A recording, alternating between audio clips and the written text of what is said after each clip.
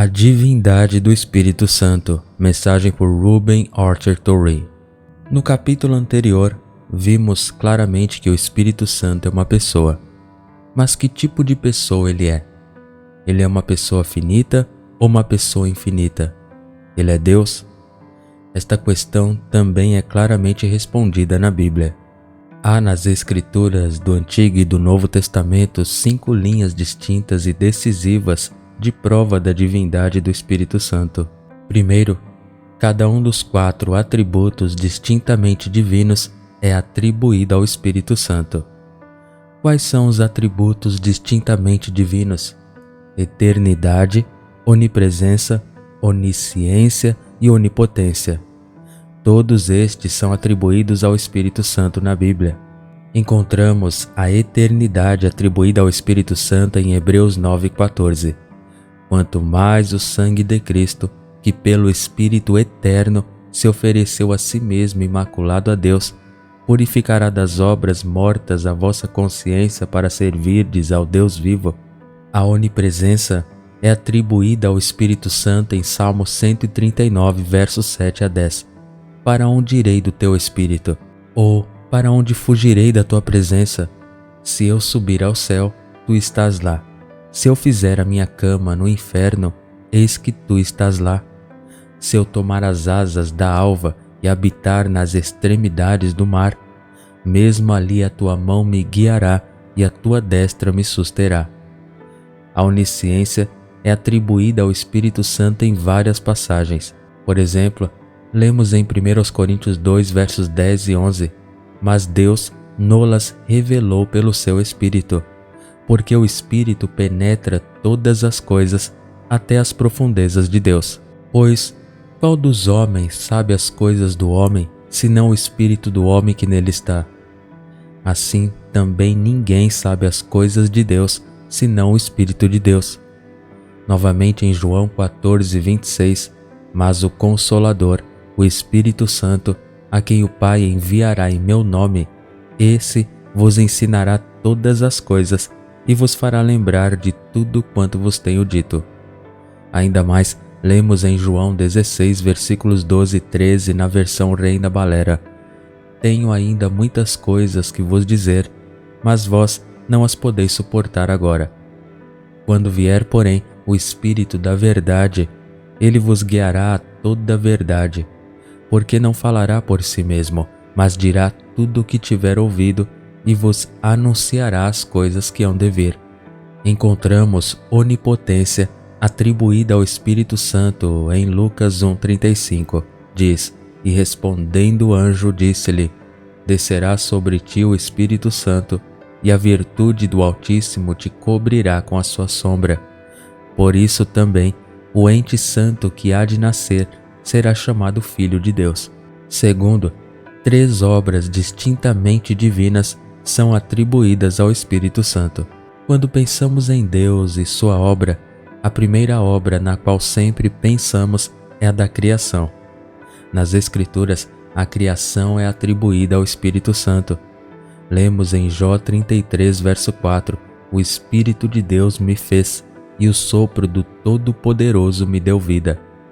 Lemos ainda novamente no Salmo 104, verso 30, tu enviaste o teu Espírito, eles são criados, e tu renovas a face da terra. Em conexão com a descrição da criação no primeiro capítulo de Gênesis, a atividade do Espírito é mencionada, Gênesis capítulo 1, versículos 1 a 3. A transmissão da vida também é uma obra divina, e isso é atribuído nas Escrituras ao Espírito Santo. Lemos em João 6, versículo 6, na Reina Valera atualizada: é o Espírito que dá vida, a carne para nada aproveita. Lemos também em Romanos 8 e 11, mas se o Espírito daquele que ressuscitou Jesus dentre os mortos habita em vós, aquele que ressuscitou a Cristo dentre os mortos também vivificará os vossos corpos mortais pelo seu Espírito que em vós habita. Na descrição da criação do homem em Gênesis 2 e 7, é o sopro de Deus, que é o Espírito Santo, que transmite vida ao homem e o homem se torna uma alma vivente. As palavras exatas são: e o Senhor Deus formou o homem do pó da terra e soprou em suas narinas o fôlego da vida, e o homem se tornou uma alma vivente. A palavra grega, que é traduzida como espírito, significa sopro, e embora o Espírito Santo como pessoa não apareça distintamente nesta referência inicial a ele em Gênesis 2:7, no entanto, esta passagem, interpretada à luz da revelação mais completa do Novo Testamento, refere-se claramente ao Espírito Santo. A autoria das profecias divinas também é atribuída ao Espírito Santo. Lemos em 2 Pedro 1:21 na Reina Valera: porque nenhuma profecia jamais foi produzida por vontade de homem algum, mas os homens falaram da parte de Deus, movidos pelo Espírito Santo. Mesmo no Antigo Testamento, há uma referência ao Espírito Santo como autor da profecia. Lemos em 2 Samuel 23, versículos 2 e 3: o Espírito do Senhor falou por mim, e a sua palavra estava na minha língua. O Deus de Israel disse: a rocha de Israel me falou. Aquele que governa sobre os homens deve ser justo, governando no temor de Deus. Então vemos que as três obras distintamente divinas da criação, a transmissão da vida e a profecia são atribuídas ao Espírito Santo. Terceiro, declarações que no Antigo Testamento nomeiam distintamente o Senhor ou Jeová como seu sujeito são aplicadas ao Espírito Santo no Novo Testamento, ou seja, o Espírito Santo ocupa a posição de divindade no pensamento do Novo Testamento. Uma ilustração impressionante disto é encontrada em Isaías capítulo 6, versículos 8 a 10. Também ouvi a voz do Senhor dizendo: a quem enviarei e quem irá por nós? Então eu disse: eis-me aqui, envia-me. E ele disse: vai e dize a este povo: ouvis de fato e não entendeis, e vede de fato e não percebeis. Engorda o coração deste povo e endurece-lhe os ouvidos e fecha-lhes os olhos, para que não veja com os olhos e ouça com os ouvidos e entenda com o coração e se converta e seja curado. No versículo 5, somos informados de que foi Jeová. Sempre que a palavra Senhor é escrita em maiúsculas no Antigo Testamento, ela representa Jeová no hebraico e é assim traduzida na revisão americana, a quem Isaías viu e que fala. Mas, em Atos 28, versículos 25 a 27, há uma referência a esta declaração de Isaías. E enquanto em Isaías somos informados de que é Jeová quem fala, na referência em Atos somos informados de que foi o Espírito Santo quem falou. A passagem em Atos diz o seguinte: e, não estando eles de acordo entre si, retiraram-se depois de Paulo ter dito esta palavra. Bem falou o Espírito Santo pelo profeta Isaías a nossos pais, dizendo: vai a este povo e dize: ouvindo ouvireis, e de modo nenhum entendereis, e vendo vereis, e de modo nenhum percebereis, porque o coração deste povo se endureceu, e os seus ouvidos ouviram tardios, e fecharam os seus olhos, para que não vejam com os olhos, nem ouçam com os ouvidos, nem entendam com o coração, nem se convertam e eu os cure. Então vemos que o que é distintamente atribuído a Jeová no Antigo Testamento é atribuído ao Espírito Santo no Novo, ou seja, o Espírito Santo é identificado com Jeová. É um fato notável que no Evangelho de João, o 12º capítulo e os versículos 39 e 41, onde outra referência é feita a esta passagem em Isaías, esta mesma passagem é atribuída a Cristo. Observe cuidadosamente o 41º versículo. Então, em diferentes partes da Escritura, temos a mesma passagem referida a Jeová, referida ao Espírito Santo e referida a Jesus Cristo. Não podemos encontrar a explicação disto no triplo santo do clamor seráfico em Isaías 6:3, onde lemos: e clamavam uns aos outros e diziam: Santo, Santo, Santo é o Senhor dos exércitos, toda a terra está cheia da sua glória. Nisto, temos uma sugestão distinta da tríplice personalidade do Jeová dos Exércitos e, portanto, a propriedade da tríplice aplicação da visão. Uma sugestão adicional desta tríplice personalidade do Jeová dos Exércitos é encontrada no 8º versículo do capítulo, onde o Senhor é representado dizendo: "A quem enviarei e quem irá por nós?" Outra ilustração marcante da aplicação de passagens no Novo Testamento ao Espírito Santo, que no Antigo Testamento distintamente nomeiam Jeová como seu sujeito, é encontrada em Êxodo 16:7. Aqui lemos: "E pela manhã então vereis a glória do Senhor, porque ele ouviu as vossas murmurações contra o Senhor. E quem somos nós para que murmureis contra nós?" Aqui a murmuração dos filhos de Israel é claramente dita ser contra Jeová. Mas em Hebreus 3, versículos 7 a 9, onde esta instância é referida, lemos: "Portanto, como diz o Espírito Santo, hoje, se ouvirdes a sua voz, não endureçais os vossos corações, e na provocação, no dia da tentação no deserto, quando vossos pais me tentaram, me provaram e viram as minhas obras durante 40 anos. As murmurações que Moisés, no livro do Êxodo, diz que eram contra Jeová, somos informados na Epístola aos Hebreus que eram contra o Espírito Santo. Isso deixa fora de dúvida que o Espírito Santo ocupa a posição de Jeová ou divindade no Novo Testamento, conforme também o Salmo 109, versos 8 a 11. Quarto, o nome do Espírito Santo está associado ao de Deus de uma forma que seria impossível para uma mente reverente e pensativa associar o nome de qualquer ser finito ao da divindade. Temos uma ilustração disto em 1 Coríntios 12, versículos 4 a 6. Agora, há uma diversidade de dons, mas o Espírito é o mesmo. E há diversidade de serviços, mas o Senhor é o mesmo. E há diversidade de operações, mas é o mesmo Deus que opera tudo em todos. Aqui encontramos Deus, o Senhor e o Espírito associados juntos em uma relação de igualdade que seria chocante de contemplar se o Espírito fosse um ser finito. Temos uma ilustração ainda mais impressionante disto em Mateus 28:19. Portanto, ide, fazei discípulos de todas as nações, batizando-as em nome do Pai e do Filho e do Espírito Santo. Quem que tivesse compreendido a concepção bíblica de Deus Pai pensaria por um momento em unir o nome do Espírito Santo com o do Pai desta forma, se o Espírito Santo fosse um ser finito, mesmo o mais exaltado dos seres angélicos? Outra ilustração impressionante é encontrada em 2 Coríntios 13:14. Diz: "A graça do Senhor Jesus Cristo e o amor de Deus e a comunhão do Espírito Santo sejam com todos vós. Amém."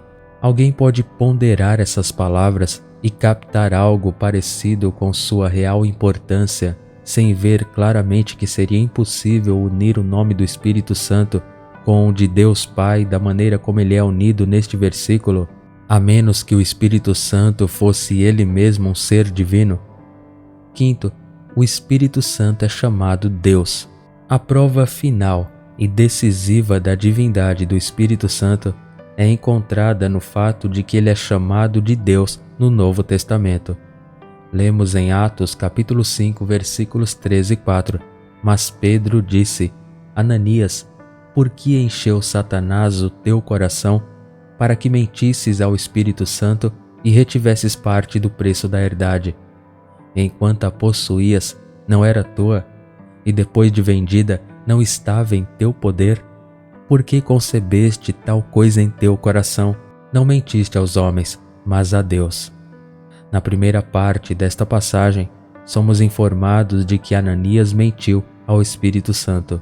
Quando isso é explicado mais detalhadamente, somos informados de que não foi aos homens, mas a Deus que ele mentiu ao mentir ao Espírito Santo, ou seja, o Espírito Santo a quem ele mentiu é chamado Deus.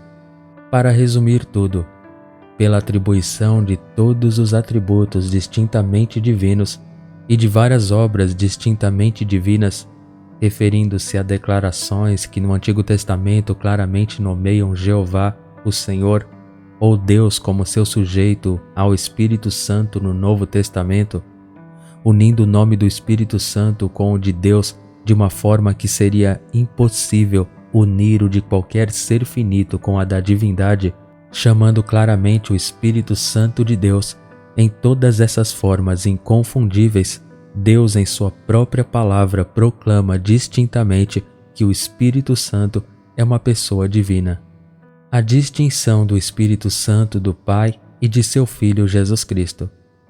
Vimos até aqui que o Espírito Santo é uma pessoa e uma pessoa divina. E agora surge outra questão.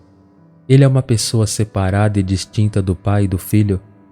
Aquele que estuda cuidadosamente as declarações do Novo Testamento não pode deixar de descobrir que, sem sombra de dúvida, ele é. Lemos em Lucas 3, versículos 21 e 22. E quando todo o povo foi batizado, aconteceu que também Jesus, sendo batizado e estando ele a orar, o céu se abriu e o Espírito Santo desceu sobre ele em forma corpórea como uma pomba. E ouviu-se do céu uma voz que dizia: Tu és o meu Filho amado, em ti me comprazo. Aqui, a distinção mais clara possível é traçada entre Jesus Cristo, que estava na terra, e o Pai, que falou com ele do céu, como uma pessoa fala com outra pessoa, e o Espírito Santo que desceu em forma corpórea como uma pomba do Pai, que estava a falar ao Filho, a quem ele estava a falar, e repousou sobre o Filho como uma pessoa separada e distinta de si mesmo. Vemos uma distinção clara traçada entre o nome do Pai e do Filho e do Espírito Santo em Mateus 28:19, onde lemos: Portanto, ide, ensinai as nações, batizando-as em nome do Pai e do Filho e do Espírito Santo. A distinção do Espírito Santo, do Pai e do Filho surge novamente com extrema clareza em João 14:16. Aqui lemos: E eu rogarei ao Pai, e ele vos dará outro Consolador, para que fique convosco para sempre. Aqui vemos a única pessoa, o Filho, orando a outra pessoa, o Pai, e o Pai a quem ele ora, dando outra pessoa, outro Consolador, em resposta à oração da segunda pessoa, o Filho.